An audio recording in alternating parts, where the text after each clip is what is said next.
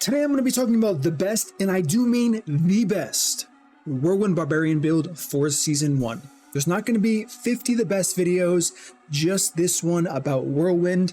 It pumps, it does insane damage, it's fast, it actually has pretty decent single target damage, so that's what we're going to talk about today, so let's get straight into it.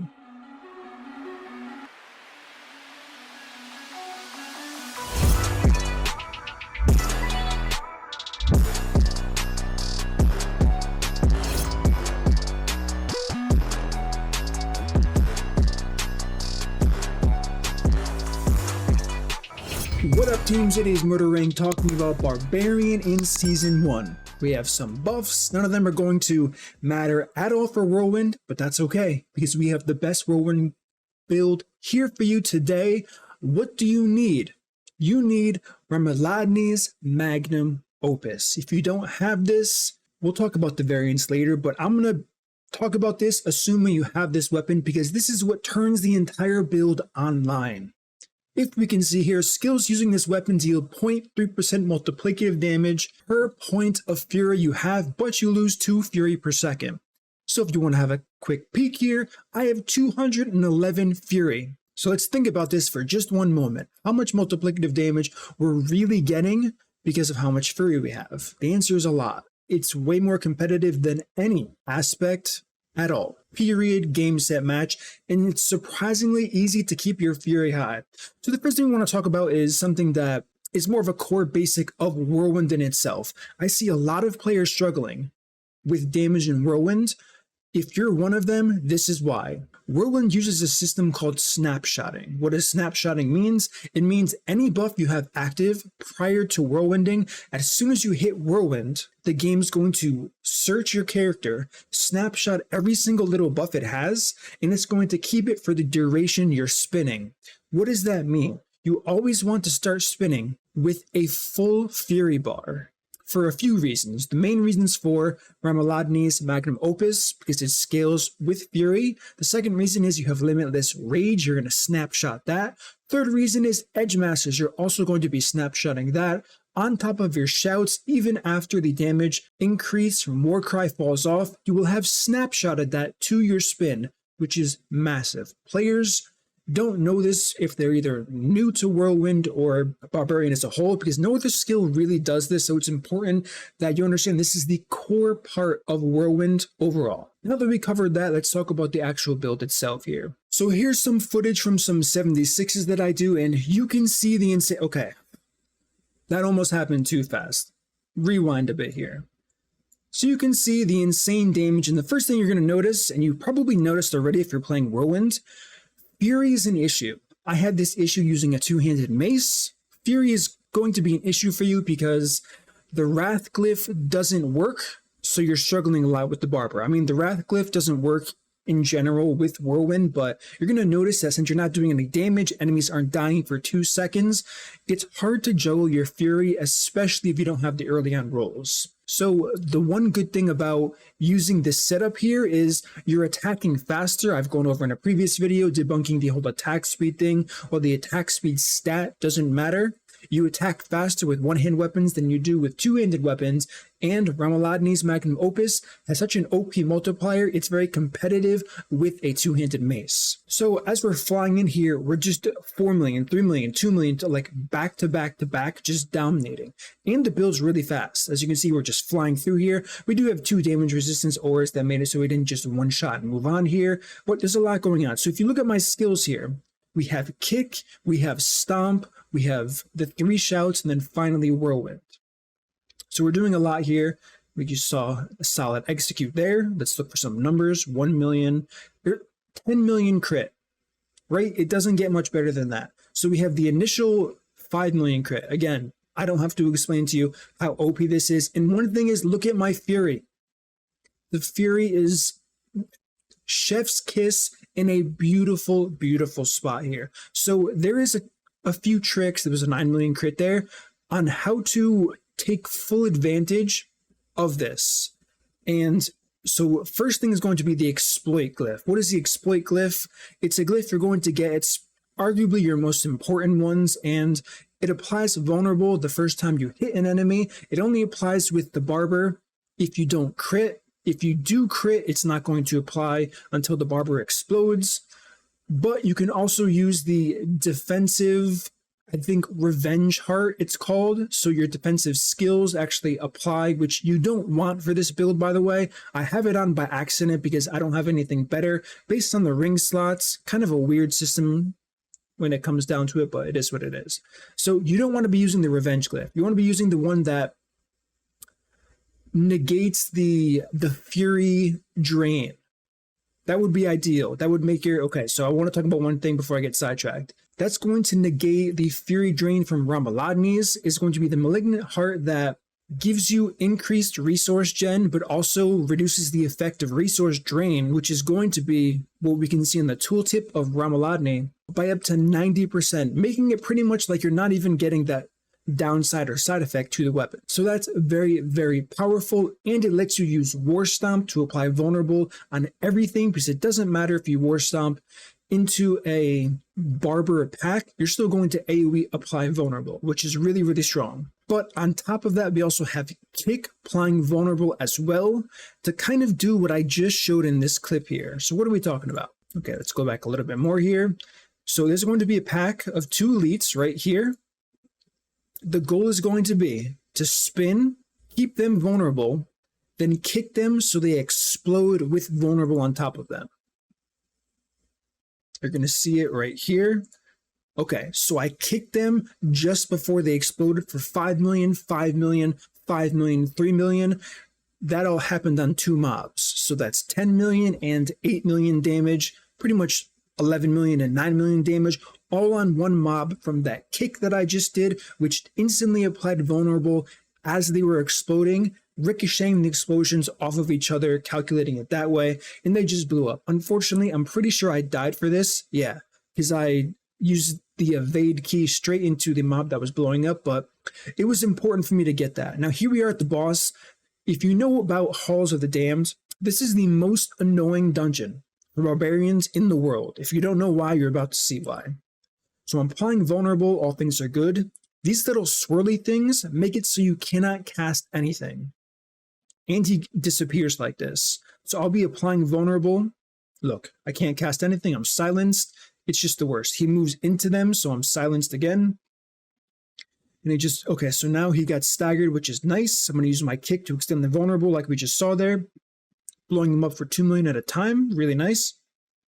I get knocked back, he applies some adds here. If you don't kill them, they can be lethal, not necessarily lethal, but it's just a good idea. And unfortunately, he keeps teleporting away, kind of like those annoying monsters that turn into bats and then fly away. You guys know what I'm talking about. They're actually in this dungeon here. This is a Dead Man's Dredge, 76. Once again, I was short on dust here, so I couldn't showcase keys that were too high, but this is just a speed run. As long as you don't have pretty much what we saw, damage resistant aura champions, this is just going to be a speed run. I mean, that mob just got obliterated. And I think I do the kick thing here. Let's see. Yeah, so kick into an instant explosion of 4 million. Do we do it again here? Let's see.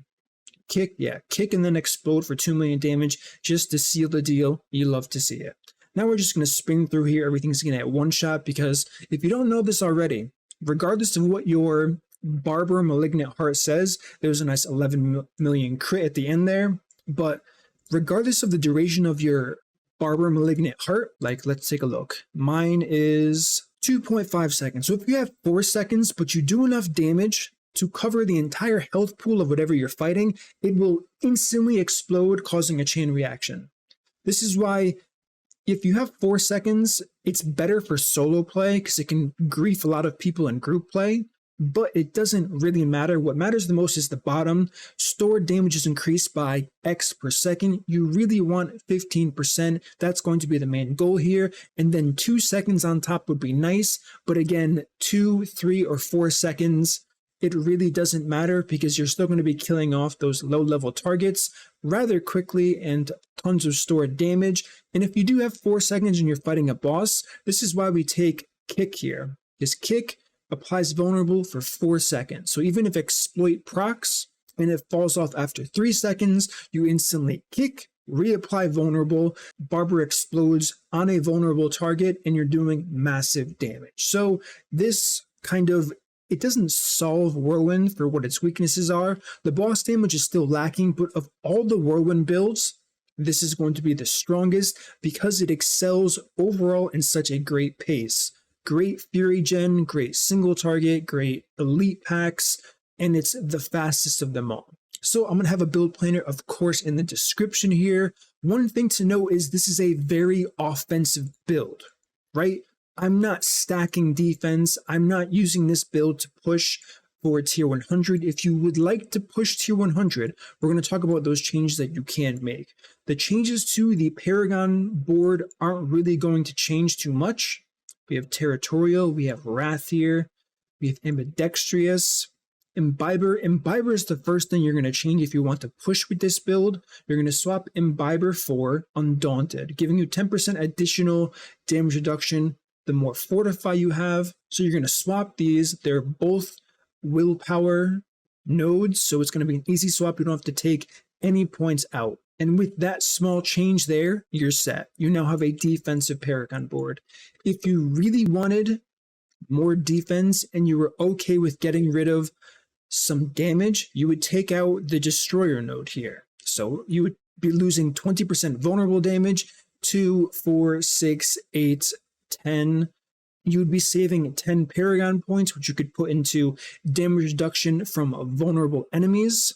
You can add it to additional maximum life and armor here. There's 3 health on the bottom plus 1 armor here. I'm sure there's going to be some armor somewhere else that I skipped over. There's another health node here that we can definitely take. And if you can use even more armor, we talked about 10 points, right? So 1, 2, 3, 4, 5, 6, 7, 8. 8 points gives you an additional 300 armor. So that may be the best bang for your buck, taking Slayer node after dropping the Destroyer pathing. So on top of that, you want to look at your skill tree and talents as far as making the build tankier. If you wanted to do this, what would you do? You would take 1 point of Ground Stomp, you would get rid of it, you would then take 3 points into Slaying Strike, and you would get rid of it, which gives you 4 points total. You would put 2 points into Iron Skin, 1 point into Enhanced Iron Skin, and then 1 point into Tactical Iron Skin.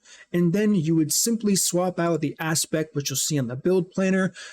Earthquake. Ground Stomp creates Earthquake, giving you a 15% multiplicative damage while standing inside of it. You would take this and swap this with Iron Blood. What does Iron Blood do? It gives you damage reduction and gives you an additional Unstoppable when you use Iron Skin. But there's even more you can do from a survivability standpoint. One thing you're going to notice is I have Dire Whirlwind on my necklace because the crit rate is so good in this build.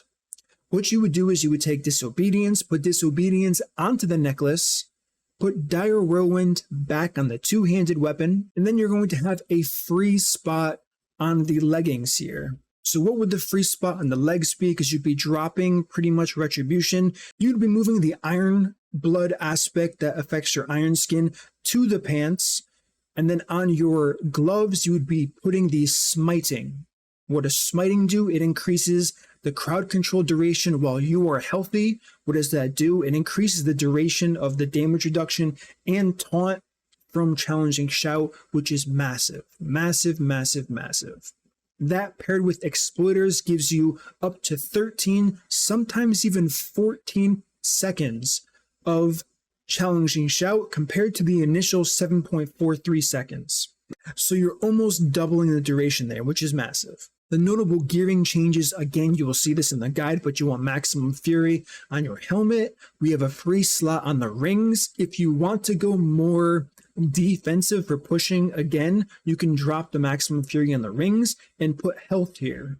You put health here, you're going to end up with 16 or 17,000 health, which is going to make you crazy tanky, and you'll be able to blow through tier 100s like I showcased in my last video with the Mace Whirlwind Barber, whatever that video was, and I said I wasn't too sure about making a build guide for it in case we got buffed. Well, we didn't, like I said before, so that's where all of this comes into play here, and it more fits that style. Now, what if you don't have Ramaladnis? Then you can do everything I'm talking about here, but use the two-handed mace. But keep in mind, with the mace version, you may run into some Fury issues like I didn't. I haven't been able to pinpoint why I had Fury issues, to be honest with you.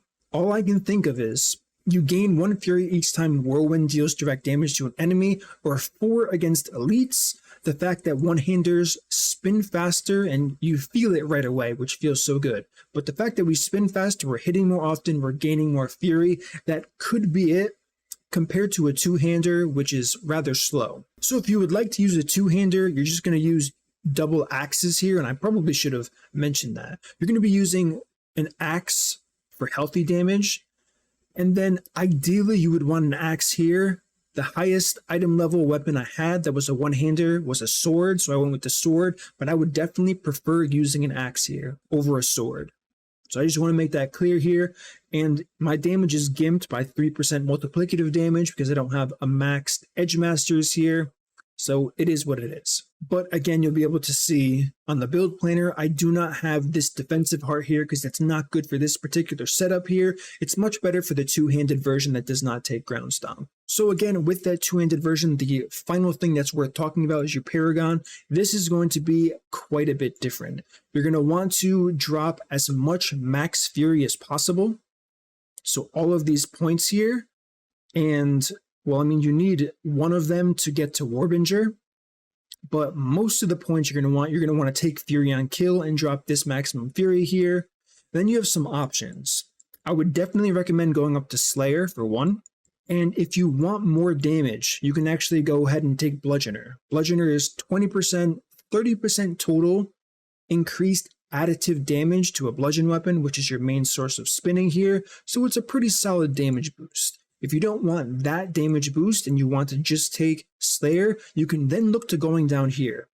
20%, 30% damage total with the bonus while fortified, and 6.5% fortified generation, because after the nerf to Numbing Wrath on that like bug tooltip where it was scaling all the way up to level 100, even Warbinger kind of sucks. I mean, Warbinger always sucked, which is why I hated taking it and why I always recommended in the early trees to just skip taking Warbinger altogether and just use Numbing Wrath. But now that they nerf Numbing Wrath, you need Warbinger until someone figures out a better way to stack Fortify with Barbarians, because you don't spend 75 Fury that often with all of the amount of Fury costs we have on gear. Let's see, so 35 per second, that means, let's just have a look here, 35 per second, so we're spending 70 Fury. So every 3 seconds, we're gaining 1,743 Fortify, which sucks. Every 3 seconds, and we have 14,000 health. That means it's going to take way too long to fully cap off with Fortify, which is why ideally you want to go to your skill tree here, and you're really relying on, I mean, you kind of have to take Tactical Rallying Cry, because we need Fury, but if you want to drop Power War Cry and you want to take Mighty War Cry, that's an instant 1,194 based on my current health, Fortify, and if you can get away with it, of course you can take Strategic Rallying Cry, but I don't think you'll be able to be honest with you. So with all that being said, the only really nuanced thing to know is if you're using a two-handed mace, you're going to get rid of Tempered Fury, you're going to want to take heavy-handed first, and then find out where you can take other points from and put 3 points into Wallop, because the targets are going to be stunned and vulnerable very often, which is why if I had to say, the two-handed mace version is going to be higher damage, but that doesn't make it the best build. I cannot stress that enough. It's going to be slower. It's not going to be able to push as efficiently as the one-handed version, but you will see bigger numbers. That is going to be a fact. I played them both. I noticed right away the two-handed version was doing like 15 to 16 million Barber explosions under the right circumstances, and the highest I saw with the one-handed was 12 to 13 million. So it's not a massive difference as far as damage-wise, but it is there, so I have to mention it. But again, like I said, that small damage difference isn't going to make up for the fact that this is 100% the superior build, being the one-handed version. So that's going to conclude this breakdown on easily for Season 1, the best Whirlwind build. If nothing changes going into Season 2, we're going to want to keep our eyes on this build for sure, see what they add to the game for Season 2 as far as This was season of Malignant, where we got the hearts. Let's see what they add for season 2, because depending on what they add, and unless they do some more crazy buffs for Barbarian, which is copium, of course, this build is probably going to stay just as strong as it currently is, if not even stronger. So that's going to conclude this video. Make sure you check out the build guide in the pinned comment. It's going to have all of the information, a little bit less than what I just talked about, but if you need some reassurance, of course, you can just rewatch this, the key moments here, and you can get it ingrained into your head. The most important part was what I talked about at the start of the video, snapshotting. If you don't understand how snapshotting works, your damage for Whirlwind is going to be terrible, and it's not talked about enough. It's probably why people think Barbarians suck overall, because the people giving them guides are just bad at the game. Hate to say it, hate to be that guy, but it is what it is. I rarely see people talking about snapshotting, and it's the core mechanic of Whirlwind. If you don't talk about it all the time, people simply aren't going to know what to do, and their damage is going to be absolutely terrible. So that's going to conclude this video. If you enjoyed this content, smash that like button, subscribe with the notification bell, and I'll see you all in the next video.